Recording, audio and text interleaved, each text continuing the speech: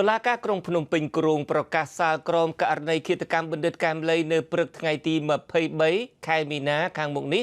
ក្រោយបើកសវនាការដេញដោលអស់រយៈពេល5ម៉ោងនៅថ្ងៃនេះក្រមសិទ្ធិមនុស្សយល់ឃើញថាការជំនុំជម្រះនេះហាក់នៅមានចំណុចមន្ទិលសង្ស័យជាច្រើនដែលត្រូវធ្វើការស៊ើបអង្កេតបន្តទៀតបាទលោកមមនីរតនឹងរាយការណ៍ផ្ទាល់អំពីរឿងនេះពីភ្នំពេញជម្រាបសួរមនីរតបាទអរគុណសូមជម្រាបសួរលោកជនច័ន្ទបុតបាទថ្ងៃនេះបែបហត់នឿយខ្លាំងណាស់ហើយទៅរាយការណ៍ពេញមួយថ្ងៃហើយទៅតាមដានព័ត៌មានពេញមួយថ្ងៃឡើងធ្វើអ្នកវិភាគឯករាជ្យទៀតនៅលើវិទ្យុអាស៊ីសេរីមុននេះបន្តិចតែក៏ពិតទៅ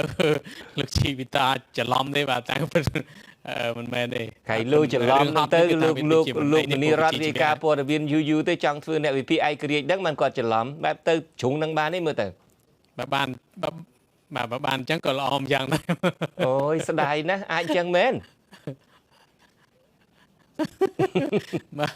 អូខេការយល់ឃើញនិយាយលេងនិយាយស្អីទេលោកមនីរតព្រឹកមិញនេះលោកទៅតាមដានសវនាការដែលថាអស់រយៈពេល5ម៉ោងហ្នឹងហើយការពិតទៅយើងក៏នឹងបន្តពិភាក្សាដែរទេនៅពេលដែលក្រោយការផ្សាយព័ត៌មាននេះពេលបន្តិចទៀតនេះក៏ប៉ុន្តែមុននឹងដល់ការពិភាក្សាជាមួយនឹងវាគ្មិនពីខាងក្រៅមកពីរូបមកហ្នឹងចង់ឲ្យលោកមនីរតនឹងរាយការណ៍ជូនបន្តិចមើលតើសវនាការនឹងប្រព្រឹត្តយ៉ាងម៉េចព្រឹកមិញបាទសូមអញ្ជើញបាទអរគុណការពិតទៅសវនាការពីព្រឹកមិញនេះយើងសង្កេតឃើញនៅក្នុងអង្គសវនាការហាក់ដូចជាលើកទី1ហើយដែលតាមការអង្កេតរបស់ខ្ញុំនឹងឃើញថាវាជាសវនាការដែលមានការចូលរួមច្រើនមែនទែននៅក្នុងបន្ទប់សវនាការរហូតដល់ដាក់កៅអីជ័រថែមទៀតផងហើយនៅតែមិនអស់មនុស្សហើយអញ្ចឹងទេក្រៅតែពីកៅអីជ័រហ្នឹងគឺថាមនុស្សដែលឈរនៅក្នុងបន្ទប់សវនាការមួយចំនួនក៏ត្រូវតែមានការបង្ខំចេញពីព្រោះមនុស្សច្រើនណាស់ពេកអានឹងទី1ចំណុចទី1ចំណុចទី2ដែលយើងពិនិត្យមើលក្នុងអង្គសវនាការពីព្រឹកមិញនេះមើលទៅជួបសម្រាប់នឹងព្យាយាមបដិសេធរាល់សំណួរទាំងអស់របស់ចៅក្រមនិងព្រះអាជ្ញាពីព្រោះថានៅក្នុងចម្លើយសារភាពរបស់លោកអឿតអាងហៅជួបសម្រាប់នឹងគាត់ព្យាយាមបដិសេធថាមិនមានឪពុកម្ដាយមិនមានប្រពន្ធកូនហើយគាត់និយាយថាគាត់គឺជាក្មេងកំព្រាតាំងតែពីតូចអ្វីដែលឈ្មោះជួបសម្រាប់នេះគាត់ឆ្លើយទៅនោះគឺថាដោយសារកូនកំព្រាមិនដឹងជាឪពុកម្ដាយដាក់ឈ្មោះគាត់នឹងមូលហេតុអីបានទៅជាអញ្ចឹងហើយម្យ៉ាងទៀតអ្វីដែលចៅក្រមនិងតំណាងអាយកាសួរនាំអំពីថាតើមូលហេតុនៃការបាញ់សម្លាប់លោកបណ្ឌិតកែមលីនឹងពាក់ព័ន្ធនឹងលុយ$3000នឹងយ៉ាងម៉េចគាត់ថាចម្បងនឹងគឺដោយសារតែគាត់បានទទួលលុយគាត់បានលុយ$3000នឹងពីរឿងពីការលក់ដីនៅតំបន់ចំការគោនៅបឹងតគួនហើយលុយ$3000នឹងគឺលក់ដីបានហើយគាត់ស្គាល់លោកបណ្ឌិតកែមលីនឹងតាមរយៈឈ្មោះប៉ូលីសនឹងបើតាមមើលទៅពីដំបូងណៃយើងមានការភ័ន្តច្រឡំតែប្រហែលជានគរបាលតែតាមការពិតការសន្និដ្ឋានរបស់យើងมันមានការបញ្ជាក់ពីតុលាការថាប៉ូលីសនឹងជាអ្វីទេប៉ុន្តែការសន្និដ្ឋានប្រហែលជាម្នាក់នឹងឈ្មោះលីសហើយជួបសម្រាប់នឹងហៅប៉ូលីសនឹងក្នុងរបាយការណ៍របស់ចៅក្រមស៊ើបដំណាក់កាលនឹងអញ្ចឹងទេបានសេចក្តីថាចៅលោកអឿតអាងនឹងក្រៅតែព្យាយាមបដិសេធមិនទទួលស្គាល់ក្រុមគ្រួសារឪពុកម្ដាយសាច់ញាតិអីទាំងអស់ប្រពន្ធកូនហើយនឹងទីកន្លែងរស់នៅថាមិនមែនរស់នៅខេត្តសៀមរាបថែមទៀតឈ្មោះអឿតអាងនេះក៏បដិសេធថែមទៀតពីរឿងថាគាត់មិនមែនឈ្មោះអឿតអាងទេការពិតឈ្មោះរបស់គាត់គឺមានតែឈ្មោះជួបសម្រាប់មួយគាត់អញ្ចឹងអ្វីៗដែលជាការបដិសេធទាំងអស់នៅក្នុងអង្គសវនាការពីព្រឹកមិញនឹងមើលទៅទំនងជាលោកជួបសម្រាប់នឹងមិនចង់ភ្ជាប់ករណីឃាតកម្មនឹងឲ្យក្រុមគ្រួសារពាក់ព័ន្ធនៅតាមមើលពីព្រោះយើងគ្មានឱកាសក្នុងការបំភ្លឺបន្ថែមពីឈ្មោះជួបសម្រាប់នឹងទេបាទទន្ទឹមនឹងបដិសេធមិនទទួលយកអត្តសញ្ញាណរបស់ខ្លួនគឺមិនទទួលយកឈ្មោះជួបសម្រាប់មិនទទួលថាមានប្រពន្ធកូនអីក៏ដោយចុះក៏ប៉ុន្តែក៏សារភាពគ្រប់សពបែបយ៉ាងទាំងអស់មិនចឹងខ្ញុំចង់ឲ្យលោកមនីរតរៀបរាប់មើលតើអ្វីដែលគាត់ឆ្លើយទទួលយកនោះបាទអ្វីដែលគាត់ទទួលយកនឹងគាត់ទទួលយកទាំងលឿនមែនទែនបានន័យថាដូចជាមិនបានពិចារណាទេក្នុងពេលដែលឆ្លើយសំណួរចៅក្រមនឹងតំណាងអាយកានឹងត្រង់ថាគាត់ជាឃាតករគាត់មានចេតនាច្បាស់លាស់ក្នុងការបាញ់សម្លាប់លោកបណ្ឌិតកែមលីដោយសារតែលោកបណ្ឌិតកែមលីជាពាក់លុយ$3000ឲ្យគាត់ខឹងត្រង់ថាលោកបណ្ឌិតកែមលីបានកុហកគាត់ថា ទទួលលុយ$3000នេះសន្យាធ្វើផ្ទះឲ្យចំណាត់ប្រមាណ$20000នៅបឹងតគួនអីចឹងហើយមិនឃើញសងត្រឡប់មកវិញរូបភាពបន្ទាប់ទៀតហ្នឹងគឺថារឿងវីដេអូដែលមហាជនមានការចង់ឃើញណាពីរឿងវីដេអូកាមេរ៉ាសុវត្ថិភាពហ្នឹងមែនតើទៅវីដេអូកាមេរ៉ាសុវត្ថិភាពហ្នឹងគឺលោកជួបសម្រាប់មើលរូបភាពមិនទាំងច្បាស់ថាជារូបរបស់ខ្លួនឯងផងក៏គាត់ទទួលស្គាល់ថាអានឹងគឺជារូបរបស់គាត់ហើយគាត់ទទួលស្គាល់ថាគាត់បានបាញ់ដោយផ្ទាល់ដៃអីអញ្ចឹងទៅអញ្ចឹងទេទាំងអស់នេះគឺជាការទទួលស្គាល់ដោយបញ្ញាបញ្ញាលណាស់ពេកក្នុងសវនកម្មនឹងដោយពេលខ្លះនឹងមិនតង់បានបញ្ជាក់ឯច្បាស់លាស់ផងគឺគាត់ទទួលស្គាល់ភ្លាមអញ្ចឹងទេទាំងអស់នេះគឺជាការទទួលស្គាល់របស់លោកជួបសម្រាប់ដែលទាំងបទវិធានបាទនិយាយពីគ្រួសារពាក់ព័ន្ធវិញគ្រួសារខាងជួបសម្រាប់នឹងមានខាងណាមកខ្លះហើយគ្រួសាររបស់ខាងលោកបណ្ឌិតកែមលីនេះមានអ្នកណាមកខ្លះព្រឹកមិញនេះដែលលោកសង្កេតឃើញបាទនៅក្នុងសវនាការនឹងយើងឃើញមានតែសាកសីពីខាងសមត្ថកិច្ចនិងសមត្ថកិច្ចជំនាញ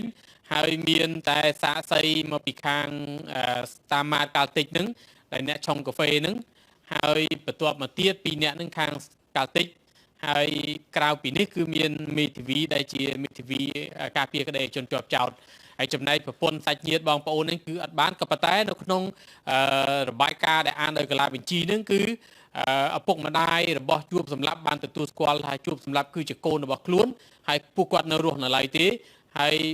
របាយការណ៍មួយទៀតគឺរបាយការណ៍ពីភូមិឃុំបញ្ជាក់ថាជួបសម្លាប់គឺឈ្មោះអឿតអាងពិតប្រាកដហើយមួយទៀតគឺថា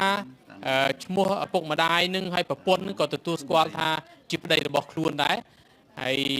រស់នៅក្នុងទីតាំងនៃការប្រពន្ធចុងក្រោយគឺនៅកោជុំនឹងស្រុកសៀមរាបនឹងអានឹងបន្ទាប់ទៅទៀតហើយម្យ៉ាងទៀតនេះគឺថាក្រុមគ្រួសារនឹងគឺបានទទួលស្គាល់សពបែបយ៉ាងថាពិតជាប្តីពិតជាកូននៃសពបែបយ៉ាងជាទៅហើយទាំងអស់នេះគឺជាការចូលរួមរបស់ក្រុមគ្រួសារតាមរយៈរបាយការណ៍ក្នុងដំណាក់កាលចៅក្រមស៊ើបម្យ៉ាងទៀតរបាយការណ៍របស់តុលាការនិយាយថាការពិតក្នុងកាយ៉ាវដៃដែលបានផ្ដិតឈ្មោះអឿតអាងហើយនឹងឈ្មោះជួបសម្លាប់នឹងគឺជាកាយ៉ាវដៃតែមួយអញ្ចឹងតុលាការសន្និដ្ឋានថានឹងគឺពិតជាឈ្មោះជួបសម្លាប់នឹងឈ្មោះអឿតអាងតែមួយទេបាទតើពេលដែលមានដាក់ប្រចាំងវីដេអូខ្សែវីដេអូសវត្ថិភាពពី Star Mart ផងពីកាមេរ៉ានៅតាមថ្នល់នឹងផងតើប្រតិកម្មរបស់អ្នកដែលចូលរួមព្រឹកមិញហ្នឹងមានប្រតិកម្មអីខ្លះដែរដែលលោកអាចសង្ខេបបានបាទពីព្រឹកមិញហ្នឹងអ្នកចូលរួមយើងសង្កេតឃើញមានពេលអង្គទូតនានាមានស្ថានទូតអាមេរិកប្រចាំកម្ពុជាផងមានស្ថានទូតដទៃទៀតហើយមានអង្គការសង្គមស៊ីវិលជាតិអន្តរជាតិពួកគាត់យល់ថាមើលទៅវីដេអូដែលដាក់ប្រចាំងនេះដូចជាមួយជ្រុងទេហើយទស្សនៈបែបនេះពួកគាត់យល់ឃើញក៏ដូចជាយើងបានមើលឃើញដែរពីពួកក្នុងសវនាការតែមួយក្នុងសវនាការហ្នឹងគឺវីដេអូដាក់តែមួយជ្រុងត្រង់ថាមួយជ្រុងគឺសំដៅតែក្នុង Star Mart ហើយមើលរូបភាពអត់ច្បាស់ព្រើផងហើយរូបភាពដតីទៀតដាក់ប្រចាំហ្នឹងគឺភាគច្រើនយកចេញពីតាម stop នីមួយក្រៅអញ្ចឹងទេទស្សនៈពួកគាត់យល់ថាសវនាការនេះនៅតែមិនទាន់អស់ច្បាស់ហើយ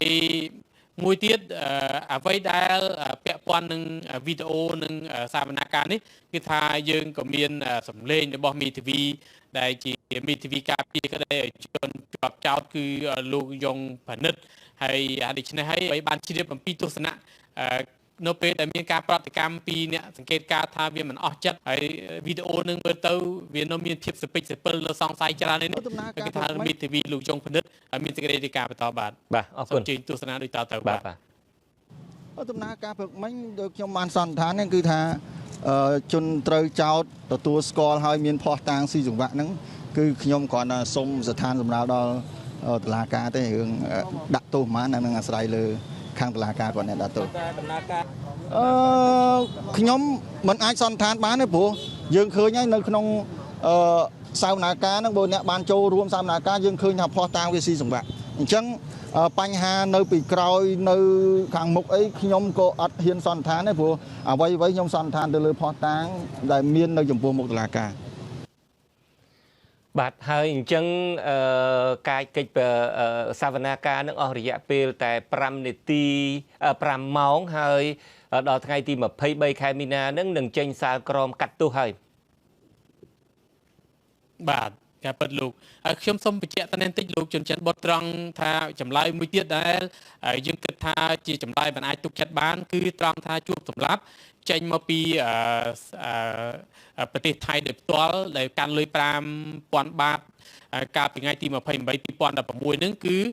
ចេញមកទីក្រុងភ្នំពេញផ្ទាល់តែម្ដងតាមរយៈរថយន្តកាពីតូលមួយក្រុមហ៊ុនកាពីតូលប៉ុន្តែរឿងនេះគឺផ្ទុយពីអ្វីដែលយើងបានស្រាវជ្រាវក្នុងពេលកន្លងទៅយើងស្រាវជ្រាវរកឃើញថាការពិតជួបសម្លាប់នេះមិនមែនមកតាមរថយន្តកាពីតូលទេគឺមកតាមរយៈរថយន្តឈ្នួលមួយចេញពីស្រុកកំណើតផ្ទាល់នឹងហើយមកកាន់ទីរួមស្រុកពួកហើយមកដល់ស្រុកពួកហ្នឹងគឺថាមានរថយន្តមួយគ្រឿងដែលត្រៀមចាំដឹកយកលោកជួបសម្លាប់យ៉ាងរហ័សរហួនហើយអ្នករថយន្តអ្នកបើករថយន្តឈ្នួលចេញពីស្រុករបស់គាត់ផ្ទាល់និយាយថាគាត់មិនទាន់បានទទួលលុយពីជួបសម្លាប់ផ្ទាល់នៅពេលនេះគឺមានអ្នកដែលចាំយកលោកជួបសម្លាប់នៅស្រុកពួកហ្នឹងដឹកបន្ទាន់មកពីទីក្រុងភ្នំពេញតែម្ដងអានេះគឺជាចម្លើយដែលផ្ទុយពីអ្វីដែលយើងរកឃើញបាទអរគុណមនីរតតែប៉ុណ្ណឹងសូមជម្រាបលោកអ្នកតាមដានទស្សនាថាបន្តិចទៀតនេះយើងក៏នឹងមានកិច្ចពិភាក្សាអំពីរឿងនេះបន្តទៀតដោយមានវាគ្មិនពីខាងក្រៅ2រូបមកចូលរួមពិភាក្សាហើយជម្រាបលាមនីរតតែប៉ុណ្ណេះហើយយើងនឹងមានព័ត៌មានដទៃទៀតជម្រាបជូនលោកអ្នកទស្សនាតែត្រឹមបន្តទៀតបាទ